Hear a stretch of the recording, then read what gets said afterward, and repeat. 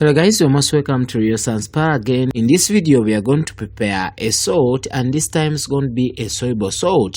And this time we are going to prepare magnesium sulfate, and magnesium sulfate we can get it by using disulfuric acid and magnesium oxide, and when the reaction takes place we can form magnesium sulfate. But remember, the salt is soluble. So what you're going to do is very simple.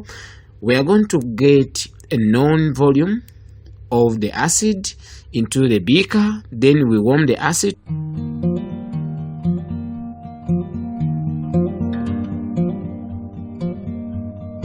The reaction is going to proceed very fast.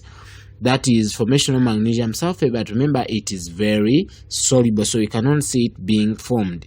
Now what we are going to do, we are going to add magnesium oxide while stirring this warm acid until the solution becomes super saturated. Then the next step after getting that, we are supposed to filter off, that is, we filter and remove the unreacted magnesium oxide.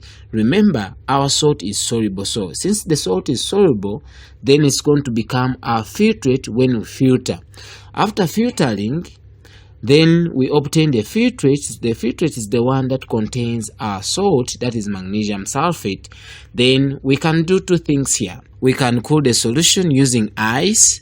Then we can obtain crystals of magnesium sulfate, and it's the best method, but this time I'm going to use evaporation to dryness, and I'm going to show you the simplest way. We are just going to heat the solution in our test tube, then we shall obtain the crystals of magnesium sulfate. Here we go. As I heat, I realize that the water goes away, that is, water escapes. Then as water goes, I concentrate my salt, then finally I obtain the crystals. These are the key highlights about preparation of any soluble salt. We warm the acid, then we add the metal oxide. That metal oxide should have the cation that is required to form the salt, so the acid is going to supply the anion.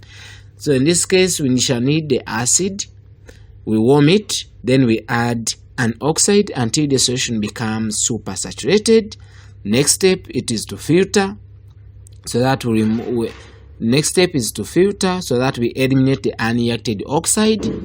After removing the unreacted oxide, then finally to our filtrate, we need to evaporate it to dryness, or we crystallize to obtain the crystals of the salt we want to prepare.